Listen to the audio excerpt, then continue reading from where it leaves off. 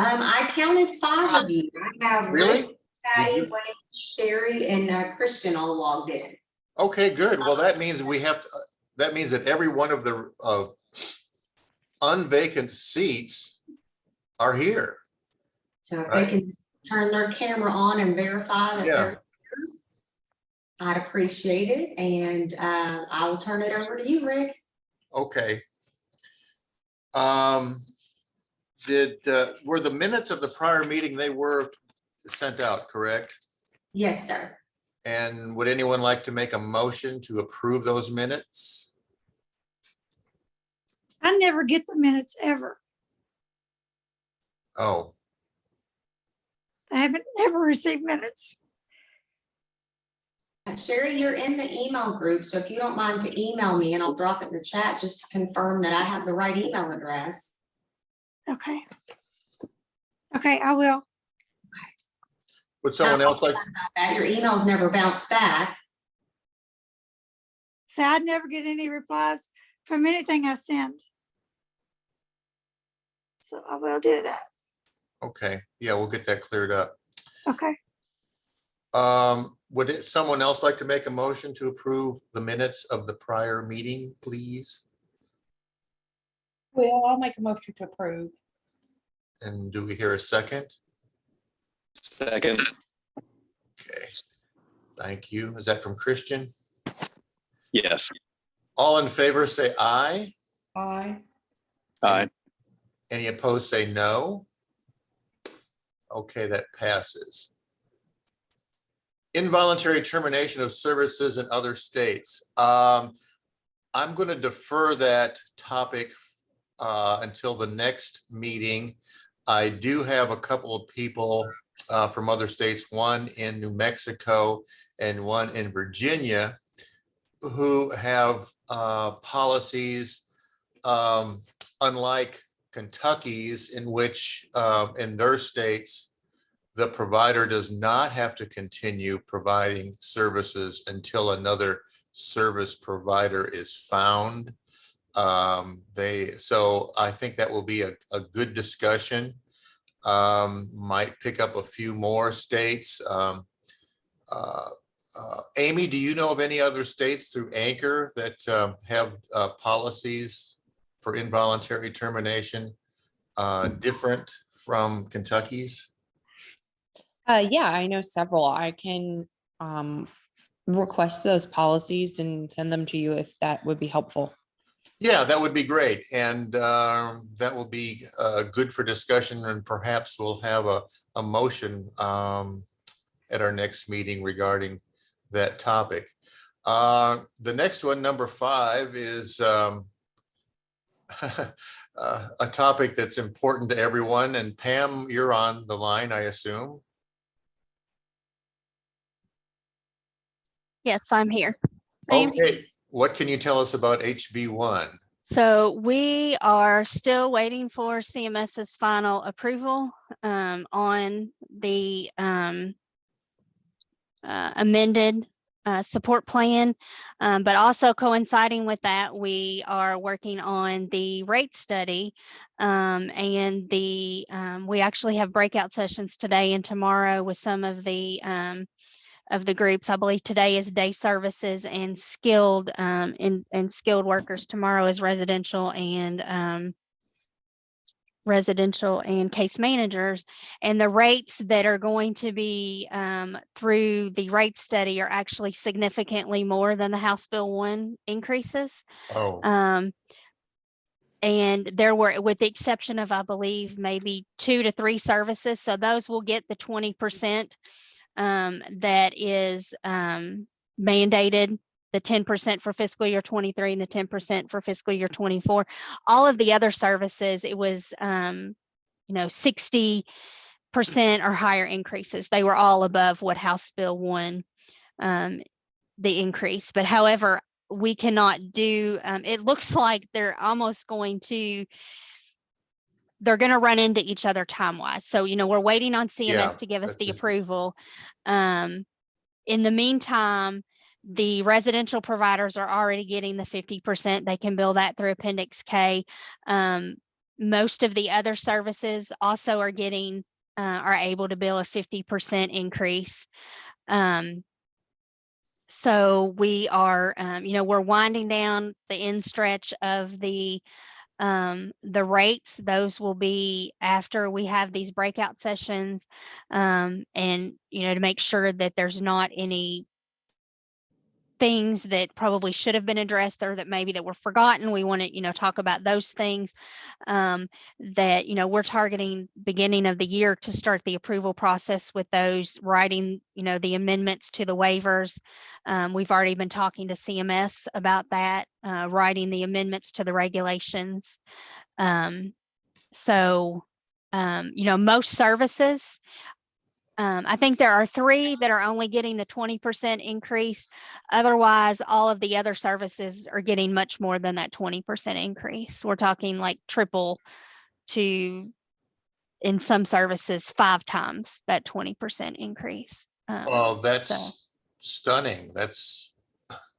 Now, will you require the General Assembly to approve these? they new have rates? to, they will be, that's part of the whole process. It comes through, like the regs will have to be amended. And so all of that is part of that process. So they have to be, it has to go through, not only the CMS approval process, but also has to go through the regulation review process. So Right, but it doesn't have to wait for a biennium meeting of it can no, done- it'll be it's handled done through by a the, committee. it's handled committee. through Yeah. the regulation reviews. Yeah. Will the rates, these new rates, be retroactive to July 1? That I do not believe that we can take them back to July 1. However, what we're, and this is where it becomes very complicated, is I can make the House Bill 1 increases retroactive to July 1 through an Appendix K. Yeah. However, CMS will not allow us to, we're waiting on the approval of the amendment to the spending plan, but that can't be done until we have a rate methodology in place. Appendix K, so we have a danger of Appendix K's time running out that would allow that to be retroactive to use those funds. Okay. So we are, I'm working on some reports and some information, and we're having discussions about the best way to handle that. But as I mentioned, most of the providers are already receiving the increase that's going to be in, That's right. that either was amended or they're receiving higher than that through Appendix K. So they're receiving, in most cases, 50% more. So, they're receiving over the 20%. Is what might be holding up this initial 10% is because the rates have not been. It's because the recommendation, and it was approved without there being a basis for what that 10% was. There's not a rate methodology. So when CMS asks us, well, who determined the 20% and why 20%, the 10% over both years, there's not a methodology that goes behind that. So that's what CMS, the concern that CMS had. So what do you think will happen with that 10 and 10, those successive years of 10%? I mean, Well, will that 10% for everything else other than residential, will it? It's incorporated you think it'll just into wait? You think they'll just defer it until they get the information from the rate study, or? They will not allow us to use that money until there is a rate methodology is in place. So and at that point in time, you're going to have the new rates in place, which are higher than the Right. mandated amount. Right. So right. it really is kind of running into, it's very complicated No doubt. to Yeah. talk about, and I think as we present the new rates, it'll make a little more sense. And so, we're hoping to have that done in December to present to the bigger group. So, and we're already working on and preparing the amendments starting to do the changes to the waivers and to the regulations, so that we, can get those in as soon in 2023 as possible. But it still is likely going to be based on, because CMS gets a prescribed amount of time to review the amendments. The process with the regulations will take a period of time. So we're still looking at probably Q3 to Q4 of 2023 before the new rates, that will be what the rates are going forward, being put into place. So, we're having a lot of discussions with CMS. We still are looking at the House Bill 1 rate increase and, what in the interim we can do. But as I said, right now, Appendix K, some of the discussions are, do we amend Appendix K so that everybody can bill that as a temporary increase, not Right. a permanent increase, since we know the permanent increase is going to be, for those Higher. few services, it's going to be the 20%, but for every other service, it's higher. Well, what do you think that, it is possible we could get a temporary rate increase using HB1. Is that what you're saying? No, we could do it using just Appendix K, so not Oh. using HB1, because that mandated that it use the ARPA funds to fund that increase. So Appendix K, you don't require, Appendix K, you still have to have CMS approval, but we aren't using the enhanced FMAP dollars. We don't have to have an approval on a spending plan from CMS, because we're not using the enhanced FMAP dollars to fund the Appendix K allowances. well, it doesn't require a rate study then too, I would imagine, right? Correct. It did not require, because they're Yeah. temporary increases. Yes. Because House Bill 1 is a permanent increase, it requires the rate methodology and the approved rate methodology. So are you seeking that amendment to Appendix K, did you say, to do that? I am speaking with the secretary, and for them to make the final determination of how they want to proceed based on what the timeline looks like now and based on our most recent conversations with CMS. So, the options are, we do another amendment to Appendix K that would give a temporary increase to the services that were not included in the current Appendix K, Yeah. to be that what is in House Bill 1. And then we have the permanent increase come in that has all of the approvals. So you have the legislative approvals through the regulation, you have CMS approvals through the regulation, that would take over. And we're trying to work that so that we have once Appendix K ends, which is at the end of the PHE, we have 6 months to roll back those changes. So we're working our very hardest to have that meet up with the permanent rate changes. Okay, so when you say the third and fourth quarter of 2023, does that mean that these new rates, based on the rate study, will be in place before July 1st, 2023? I don't know that they will be in place at that point, but they will probably be the next quarter that they will be in place. Okay, so sometime in 2023. We're hoping, yes, that they would be in place by the fourth quarter of 2023. And we're hoping, and it looks like based on what the extensions that have been, given with the PHE, that our Appendix K, because we also can request longer on Appendix K. So if that was not going to match up, so if our 6 months ended before we had all the approvals to move forward with the permanent rates, we can request from CMS an extension of Appendix K to cover until that permanent rate increase is in place. Well, if the permanent rate increase, it may not be retroactive, correct? So I think we would all appreciate that amendment to Appendix K to at least give us that first round of increases as described in HB1. I know you're not Well, going to use HB. well, and you know, I mean, the Yeah. complication of that is that HB1 mandated that it be the ARPA funds used to fund that.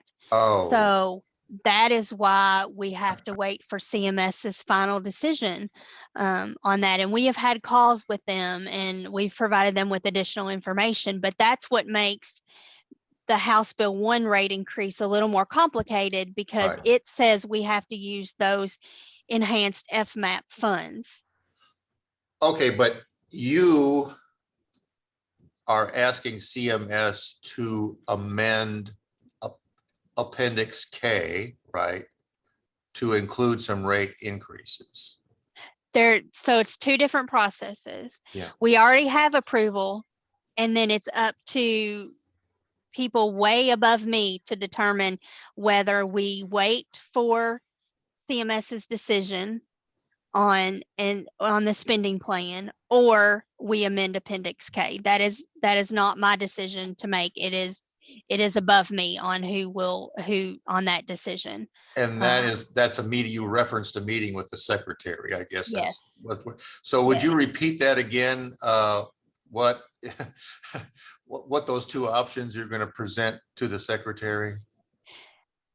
The option is, so with House Bill 1, we had to do an amendment to the spending plan and we are waiting on CMS approval. We also have to do an Appendix K with that to make it retroactive back to July 1st of 2022. However, almost all of the providers are receiving that increase. There's the difference there is the pass through and the amount that is required for, you know, that in Appendix K, it requires a certain amount be passed through to employees. Well, I know that residential 2 and ADT have not received any increase. Right. So that is why we would need to do, if CMS did not improve the spending plan, or if it was decided that there was a risk of that not being approved in time for us to access those funds and to be able to use those retroactively, we do an amendment just to Appendix K that would then allow us to bring in the other services that had not received that increase. And then you would kind of put HB1 to the side then, I guess, or because it requires ARPA funds, right? Yes, that is what makes the House Bill 1 increase complicated, is because it requires that we use the ARPA funds. Okay. And for us to use the ARPA funds, we cannot increase that until we have a rate methodology and the rate study is completed, that rate methodology approved and in place and approved by CMS and in regulation. I assume you've explained this conundrum to leaders in the General Assembly. It has been, to my understanding, yes, that it has been explained to them by people above me. Okay. Okay, so they're aware of it. And it was concerns that we, you know, when this was in discussion, it was concerns that we brought forward at that time as well. Rather than would anyone else like to unmute and ask a question or comment? Anyone else in the room? Steve Shannon asked in the comments, Pam, is it state fiscal year 2023 or calendar year 2023? It's state fiscal year 2023 is when that budget, that 20% was put into place.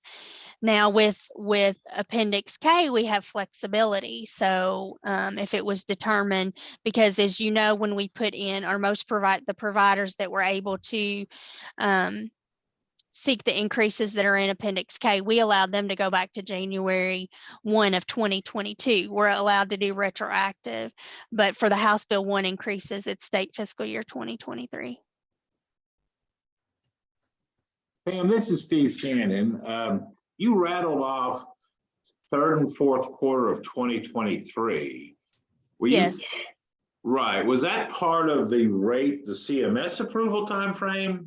Or was that the budget timeframe, the House Bill 1? That is the CMS, that would be Okay. for the permanent increase based on the rate study. So based on Okay. CMS's review and the review of the regulation. Sorry, I know it's Okay. a lot of dates. No, It's- no, no, no. It's I just very, wanna- yeah, it's confusing. It's very complex. So So which 2023 for the CMS? Is that the federal year, calendar, or state? it would be, so talking about their approvals would be would be calendar 2023. So we Okay. would be, yeah, so we would still be in,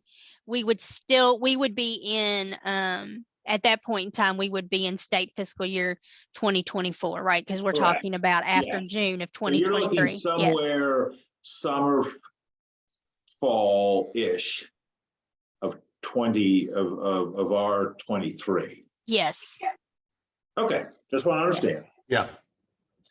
Right around July 1 of next year, they're either before or right after. Would you agree, Pam?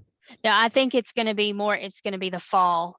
Okay, Because, so you know, maybe the first- CMS is going to yeah. have to, remember, CMS is going to have to review all of these. They're going to have to review 6 different waivers, and they get, Yeah. get a 90-day window for reviewing.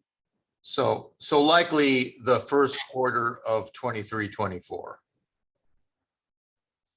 That would be that's what you hope for? The second quarter, Oh, probably. the second quarter of 23, Yes. 24. So Yes. October, November, December. Yes, Yeah, of correct, Steve. Of 23. Now, Right. we, certainly are having those prep conversations with CMS. We've talked about, what we can do to facilitate their reviews and help any of that go faster. So, they understand the importance of this and understand that it's coming. So we're really, working on everything we can do to make those reviews go faster. But, the reality is they get their amount of time to look at them and right. Well, that goes back to resolving this thing with the ARPA funds or Appendix K, and we hope that gets resolved, because that would be a long time to wait on any kind of rate increase, like for some of us, you know what I'm saying? If we have to wait essentially another year, perhaps. So we appreciate you working on that. Hey, Rick, I have a question before we move on. It's Amy. Sure. Pam, you were talking about recognizing that this rate process, whether it be getting the House Bill 1 rates approved by CMS for ARPA funds, or, waiting for a new rate methodology, or if those two things happen at the same time, recognizing that there is, still a need for some services desperately needing a rate increase. You mentioned potentially looking at Appendix K, and realizing that this is not I understand this is not your decision, that's just your job to present the info. What kind of situation are we looking at here? Because certainly some people are currently getting a 50% increase under the current Appendix K, and we've, certainly wouldn't advocate reducing that by any means, but adding additional services to that. So what would an amended Appendix K look like? What kind of increase are we seeing for all services? Are we taking away increases from some services? What would that be? I do not believe would decrease any of those. What the decision would be as far as amending Appendix K to, would that be 20%? Would that be 50% for all services, is not 100% up to me. That's discussions that still have to be finalized with many pay grades above me. No, I understand. I was just trying to understand exactly, just kind of get a good idea of what that would look like. And your answer that it's obviously not your. Right. I mean, and the plan is Go not out. that we would take anything away. So, looking at, some of the, there's a good bit of services that can request the 50% increase right now. And yes, there is a pass-through requirement included in that. But I don't believe we would take them down to 20%. because we are amending Appendix K. I do not believe that would happen. The question would be for the new services we're adding, do they go up 20% or do they go up more than that? Sure.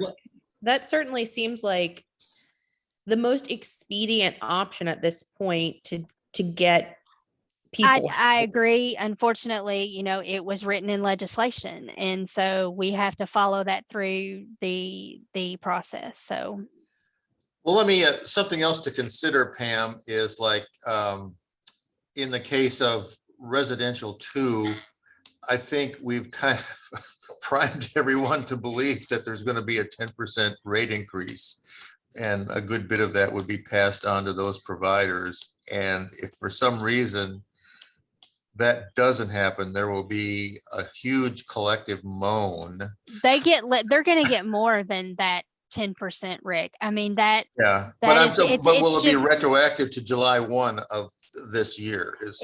it depends on whether we get the CMS approval and it gets put in Appendix K, or whether Appendix K gets amended and it's not the enhanced FBAP funds that are used. So you're thinking it's going to happen one way or another?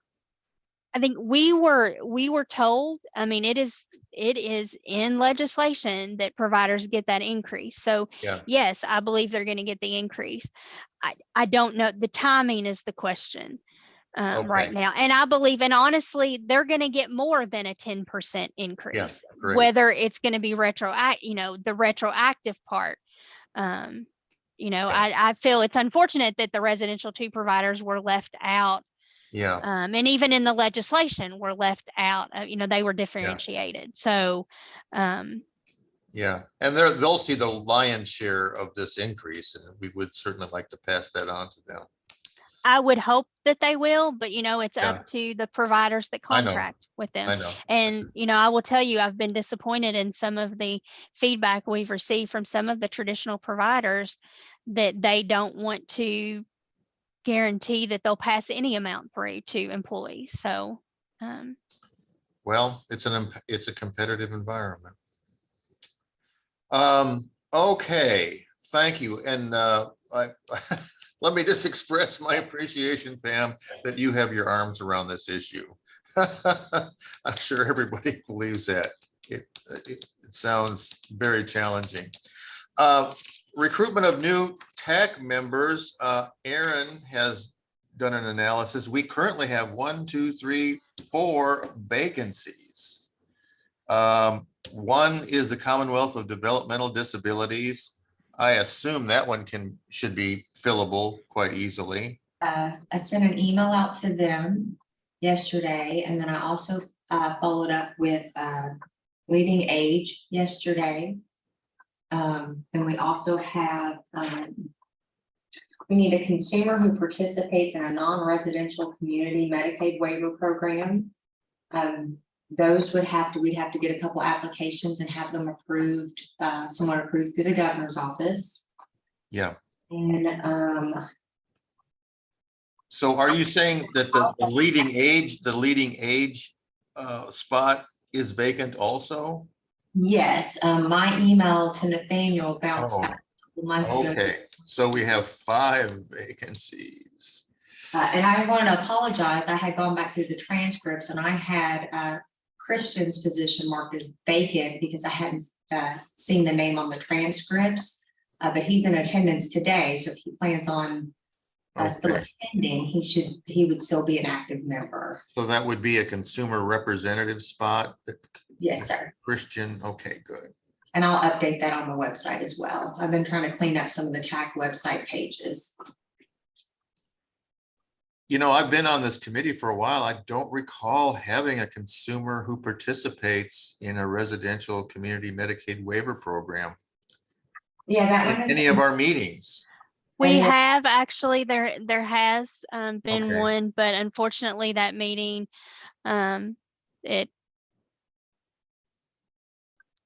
things were not, and I don't know that there's any of the individuals on here that were responsible for this, but she was not treated very kindly and she's not been back since. Oh, well, I'm sorry to hear that. Yes. Do you need help in identifying the consumers, Aaron? Yes, Um, actually, Patty was kind enough. She said she had 2 people that were interested in participating. So I had emailed her the application. I believe that was yesterday, to have them fill it out, and email it back to me. So that way we can send those over to the governor's office and work on trying to get you guys a full TAC committee. Right, and who did you say was gonna help you? I'm sorry. Patty sent me 2 Oh, names Patty, good, yeah. for the application. Thank So you, if Patty. you know of anyone who's interested, I can either send you the application, or they're welcome to email me and I can send them the application directly. I know some people, before they want to sign up, they like to know a little bit about what the TAC does and how they function. And so I'm happy to give any guidance I can to help. And you said that you are working on the leading age vacancy, correct? I followed up with him yesterday and sent out Okay. an email to see Okay. what they were at on that. So it sounds like we're making a lot of progress on this. Another thing too is, there's been some back and forth, as you know, as to when we would hold our meetings in 2023. And I don't know, I'm kind of leaning towards even numbered months, so we can stay ahead of the MAC. Is everyone okay with that? Yes. Good. And So, I sent an email out yesterday with some of the dates starting on, part of the issue with moving the meetings, so there's 16 of you guys plus the max, so trying to Yeah. wiggle around the schedule can be fun. So I did send an email with a couple of dates in February that we could start the meeting, so. yeah, so I'm kind of looking at first Tuesdays or third Thursdays. I think those are 2 of the options you sent me, I if I'm believe not so. I mistaken. don't have my email pulled up in front of me. But I believe that was included in your email, the first February 7th or the 16th. Yes, that's correct. Yeah, that's the first Tuesday or the third Thursday. So we'll get back with everybody on that and come up with a date that we can all agree on. How do people feel about the use of Zoom in 2023? So we've been kind of leaving that up to each TAC. Oh, I'm speaking to the TAC too. Okay. I was just gonna give you a little background on some of the Right. to public health had a pipe burst. So their large conference rooms have been a little, we can't get into those yet. And then LRC has stopped allowing us to use their video equipment. But if anyone, a lot of the TACs have decided maybe sometime maybe in the spring to have a couple in-person meetings. Oh, really? Versus using Zoom. Some of them have decided that Zoom is their best option because no one has to travel, they get more participation. I just request that if you want to have an in-person meeting outside of Zoom, just let me know at least a month or 2 ahead of time, so that way we can work on making sure we have a room large enough, since they are open meetings, they're open to whoever would like to attend. And as you can see, our conference room here would fit, the committee, but then once, if an MCO wants to show or someone from the public, it could get rather crowded. So that's just a little feedback on what some of the other TACs have decided to do.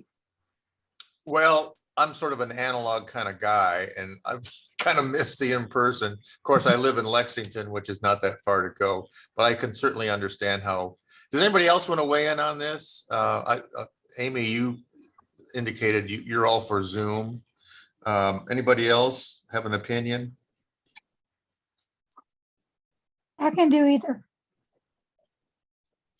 Excuse me, what do you think, Sherry? I can do either one. Either one? Okay. Uh-huh. Well, why don't we start our first meeting in February with Zoom, okay? And maybe we'll just take it case by case. We'll decide at the meeting if our next meeting is going to be in person or in Zoom. Does that work for you, Aaron? Yes, sir, it does. Okay, great. And you'll let us know which day, February 7th or the 16th? I will very soon. Okay. As long as both are okay with everyone, I'll let you know very soon. Update on waiting lists. Okay, so SCL, there are 3,000 2,819 on the waiting list, 123 in the urgent category, and 2,896 in future planning. For Michelle P., the wait list is at 7,801. We have, and then the split out or the breakout of individuals under 21, there are 5,421. So we're still at that 69 to 70% are under 21 that are on the Michelle P. Wait list. Thank you. And can I go back to rate study group again? So this latest round, will that be like the final round of group meeting? I don't know for sure. So we're close to wrapping that up. So we're having, that over the next couple days, we're having the individual groups, and then we'll have a larger meeting, which I don't believe has gotten scheduled yet. And then I don't know after the first of the year, as far as if there'll be like one final round. I don't know for sure how we're going to handle how we'll handle that, but there will be a kind of a wrap up Well, we don't want to slow you session when we're down. done. So We don't want to slow you down. And I'm on this skills committee this afternoon. I appreciate being invited to that. And when is our next MAC meeting, by the way? Aaron? I think I've written it down here The somewhere. 17th, The 19th, right. 17th. Okay. It's on Thursday. Right. I've got that down. Okay. Is there any other business? I have one question on the waiting list, Pam. Mhm. Are there any emergencies numbers? no emergency. Okay, I didn't think so. Okay, thank you. Do you mean the 19th or the 17th for the MAC meeting?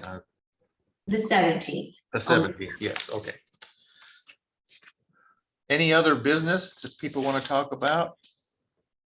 If there is none, we will adjourn. This was a very informative meeting. Thank you. Thank you. Everybody have a good morning. Thank you. Bye. Bye. Thanks, Thank you. everybody.